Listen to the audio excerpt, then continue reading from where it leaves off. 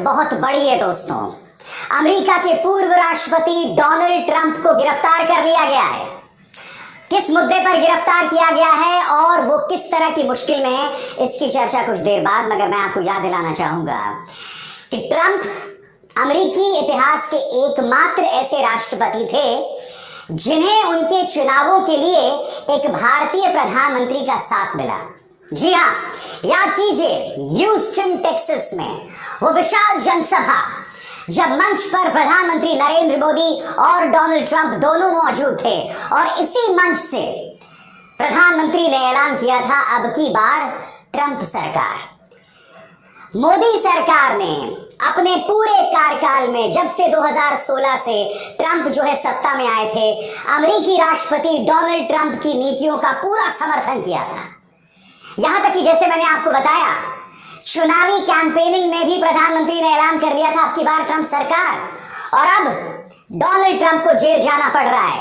किस आरोप पर, यह भी बताऊंगा, मगर याद कीजिए किस तरह से प्रधानमंत्री ने अपना समर्थन डोनाल्ड ट्रंप को जतलाया था। याद कीजिए दोस्तों। In India have connected well with President Trump. The words of candidate Trump. अब की बार ट्रंप सरकार।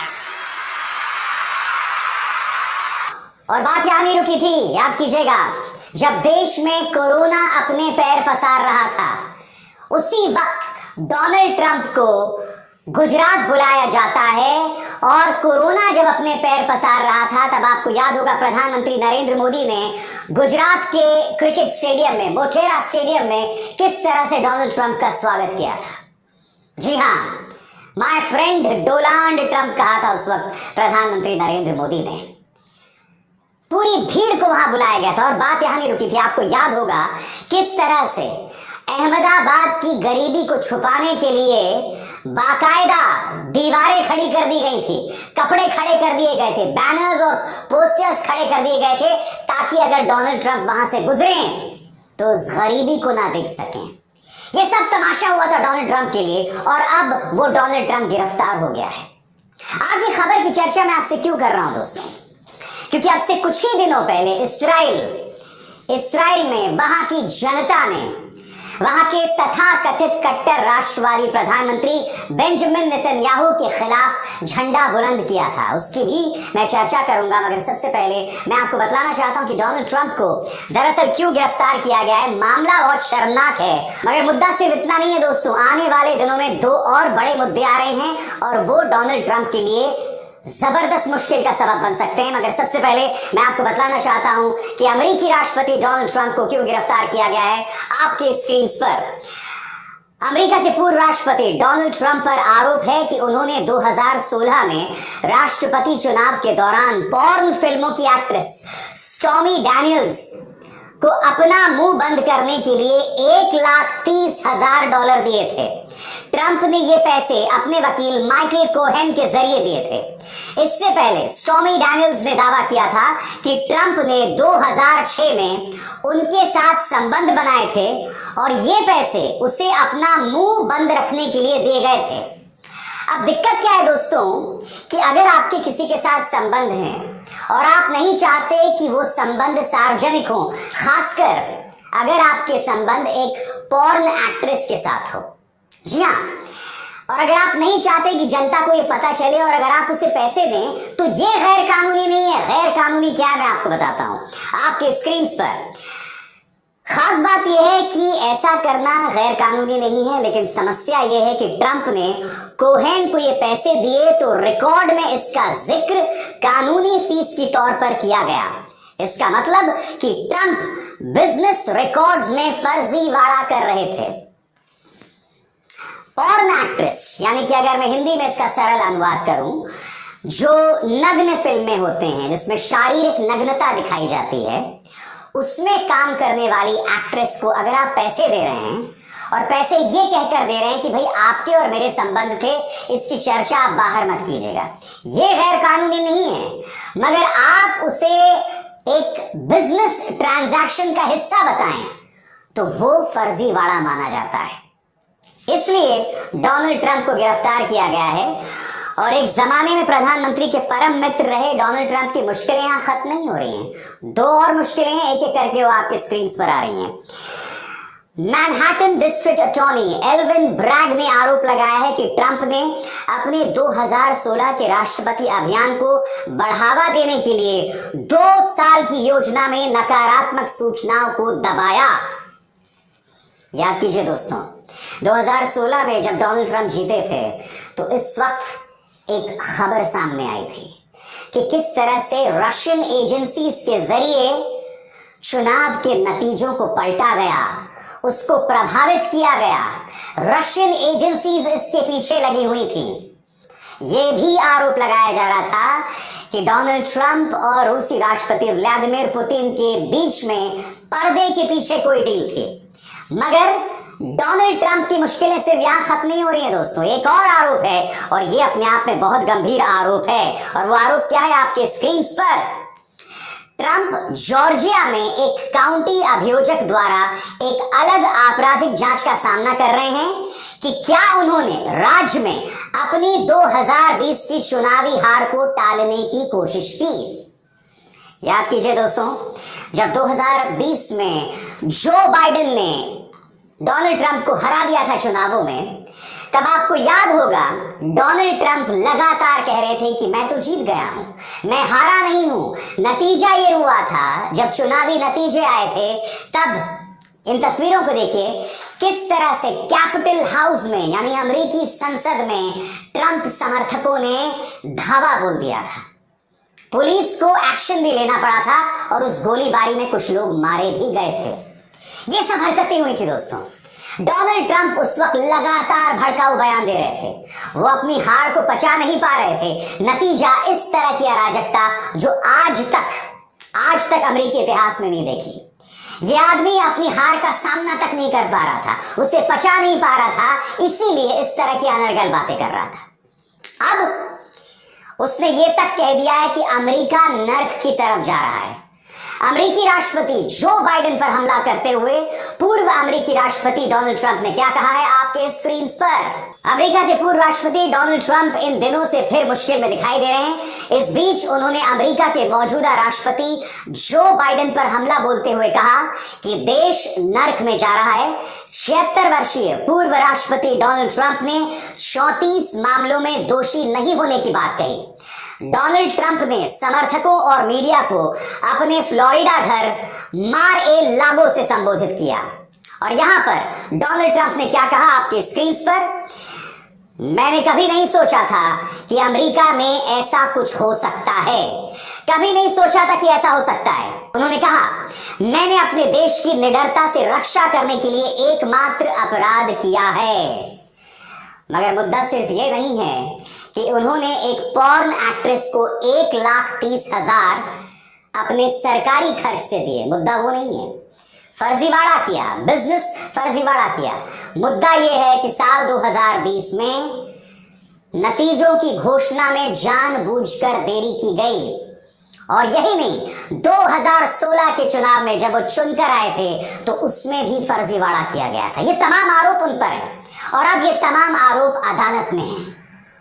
मैं आपसे एक सवाल पूछना चाहता हूं, याद कीजिएगा दोस्तों, जब प्रधानमंत्री नरेंद्र मोदी ने अब की बार ट्रंप सरकार कहा था, तब मैंने इसी मंच पर न्यूज क्लिक पर आप सबसे कहा था ऐसा नहीं होना चाहिए। और ऐसा क्यों नहीं होना चाहिए मैंने उस वक्त आपको बताया था, और वो क्या क्या चीजें। मुद्दा नंबर 1, मैंने आपसे कहा था अगर ट्रंप हार गए तब भारत को इसका नुकसान हो सकता है, क्योंकि जो भी नया राष्ट्रपति आएगा वो इस बात को याद रखेगा कि प्रधानमंत्री नरेंद्र मोदी ने तो डोनाल्ड ट्रंप के लिए वोट मांगे थे। मुद्दा नंबर 2, डोनाल्ड ट्रंप की खुद की रंगीली शख्सियत। प्रधानमंत्री को यानी प्रधानमंत्री मोदी को इस बात को याद करना चाहिए कि डोनाल्ड ट्रंप पर इससे पहले जो आरोप लगते रहे हैं वो सब सार्वजनिक है। ऐसे में खुलकर समर्थन करना गलत है। और मुद्दा नंबर 3, ये देश की कूटनीति के हिसाब से नहीं है, इसे डिप्लोमेसी नहीं कहते जब देश के प्रधानमंत्री एक दूसरे देश में जाकर वहां के चुनावी प्रचार में शामिल हो जाते हैं। मैं आपसे एक सवाल पूछता हूं, जब विदेशी मेहमान इस देश में आते हैं तो क्या वो प्रधानमंत्री के चुनावी प्रचार में हिस्सा लेते हैं? नहीं लेते हैं। ज्यादा से ज्यादा वो 26 जनवरी की परेड में खड़े होकर सलामी लेते हैं या फिर औपचारिक तौर पर बातचीत होती है। किसी के चुनावी प्रचार में जाके खड़े होकर ये नहीं कहते हैं कि अब की बार मोदी की सरकार या अब की बार राहुल की सरकार। ऐसा कोई भी विदेशी राष्ट्रपति या प्रधानमंत्री नहीं करता है। तो हमारे प्रधानमंत्री नरेंद्र मोदी ऐसा क्यों कर रहे थे? और अब डोनाल्ड ट्रंप के माथे पर इतनी बड़ी कालिक। मुद्दा सिर्फ उस पॉर्न एक्ट्रेस का नहीं है, मुद्दा सिर्फ स्टॉर्मी डैनियल्स का नहीं है, मुद्दा यह भी है कि उन पर और भी कई गंभीर आरोप हैं। अब मैं समझना चाहता हूं कि भारत सरकार इस पर क्या कहेगी। बताइए, कहां कहां आप मुंह छुपाइएगा ऐसे में, क्योंकि प्रधानमंत्री तो उसे अपना समर्थन दे चुके हैं। दोस्तों, मैं आपको यह भी याद दिलाना चाहूंगा कि जहां डोनाल्ड ट्रंप जेल गए, वहीं इस्राइल में भी अब से कुछ दिनों पहले मैंने आपको वो खबर बताई थी, कुछ ऐसा हुआ जो कल्पना से भी विचित्र था। वहां की जो सरकार थी जो कट्टर राष्ट्रवाद का दावा करती है, उसने एक प्रस्ताव पारित किया। और वो प्रस्ताव क्या था कि जो इस्राइल की न्यायपालिका है उसके अधिकारों पर अंकुश डालकर संसद में, यानी कि संसद को न्यायपालिका या जजेस के मुताबिक ताकतवर बनाना। नतीजा क्या हुआ? उनके जो डिफेंस मिनिस्टर हैं उन्होंने इसका विरोध किया। बेंजामिन नेतन्याहू, जो कि इत्तेफाकन प्रधानमंत्री नरेंद्र मोदी के बहुत अच्छे दोस्त हैं, उन्होंने अपने रक्षा मंत्री को बर्खास्त कर दिया। अब आप मुझे बताइए, ये सरकार कई बार, यानी कि भारत सरकार कई बार कितनी गलत चीजें करती है, मगर क्या कभी कोई मंत्री हिम्मत कर सकता है जैसे इस्राइल के अंदर उनके रक्षा मंत्री ने की थी? और उसके बाद क्या होता है दोस्तों? इस्राइल की जनता सड़कों पर उतर आती है, क्योंकि वो देख रही होती है कि देश के लोकतंत्र को कुचला जा रहा है। वो इसका विरोध करने के लिए सड़क पर आ जाती है। यही नहीं, इस्राइल के राष्ट्रपति फरमान जारी करते हैं इस्राएली प्रधानमंत्री बेंजामिन नेतन्याहू को कि न्यायपालिका को कमजोर करने का जो आप प्लान ला रहे हैं उसे वापस लीजिए। और उस दबाव में आके इस्राएली प्रधानमंत्री बेंजामिन नेतन्याहू को उसे वापस लेना पड़ता है। इससे क्या पता चलता है दोस्तों? चाहे अमेरिका की घटना हो, चाहे इस्राएल की, इन दोनों देशों में चाहे वो कट्टर राष्ट्रवाद का सहारा लेते हो, चाहे उनकी नीतियों में जितने भी दोहरे मापदंड हो, मगर संस्थाएं मजबूत हैं। लोकतंत्र छलावे के लिए नहीं है, वहां पर संस्थाएं मजबूत हैं, न्यायपालिका मजबूत है। मैं ये नहीं कहता हूं कि भारत में न्यायपालिका नहीं मजबूत है, क्योंकि हमारी न्यायपालिका में भी chief justice of India Chandrachud जैसे चेहरे हैं, जस्टिस जोसेफ, जस्टिस नागरत्ना जैसे चेहरे हैं जो लोकतंत्र की मशाल को बुलंद किए हुए हैं। मगर आप भी जानते हैं कि हमारे देश यानी भारत में चुनाव आयोग की क्या हालत है, मीडिया की क्या हालत है, सीबीआई, एनआईए, इनकम टैक्स, इन तमाम संस्थाओं की क्या हालत है। वो लोग सत्ताधारी बीजेपी का पिछलग्गू बनकर रह गए हैं। और मैं जानता हूं आपके जहन में क्या सवाल होगा कि जिस तरह से डोनाल्ड ट्रंप गिरफ्तार हुए हैं, या जनता ने, इस्राएली जनता ने इस्राएल के लोकतंत्र की लाज बचाने के लिए सड़कों पर प्रदर्शन किया, क्या इसका भारत पर कोई असर पड़ेगा? इसका सिर्फ एक सबक है। सबसे पहली बात, अपने ताकत का बेजा इस्तेमाल मत कीजिए। आज ये ताकत आपके हाथ में, कल जब ये सत्ता आपके पास नहीं होगी तो डोनाल्ड ट्रंप हमारे सामने मिसाल हैं। जनता इस्राएल में सड़कों पर उतरी थी लोकतंत्र की लाज बचाने के लिए। क्या भारत में ऐसा हो सकता है? मैं ये नहीं कहता हूं कि जनता को सड़कों पर उतरना चाहिए, नहीं, ये मेरा काम नहीं है। मगर हमारे देश में चूंकि जो प्रचार तंत्र है, मीडिया है, उसके जरिए हिंदू मुस्लिम नकली डिबेट्स दिखा दिखाकर जहरीला प्रचार कर करके लोगों को ब्रेन वॉश किया जा चुका है। अब जब लोग ब्रेन वॉश हो चुके हैं तो उनमें से अधिकतर अपने अधिकार ही नहीं समझते। वो इन हालात में जीकर बेहद खुश हैं। उन्हें लगता है कि कम से कम मुगलों का हम पर राज नहीं है। लोग इस तरह से सोचने लगे। इसलिए इस्राएल और भारत में जमीन आसमान का फर्क है। मगर हाँ, ट्रंप का जो घटनाक्रम है वो मिसाल है हमारे हुक्मरानों के लिए। और भारत में ऐसी लंबी चौड़ी मिसाल भी है, याद कीजिए। इंदिरा गांधी ने इस देश पर आपातकाल लागू किया था और फिर जनता ने चुनावों में उन्हें रौंद दिया, उन्हें जेल भी जाना पड़ा था। तो जनता सबक सिखाती है, मगर जनता को होश में आने की जरूरत है। मुद्दा ये कि वो जनता आखिर होश में कब आएगी।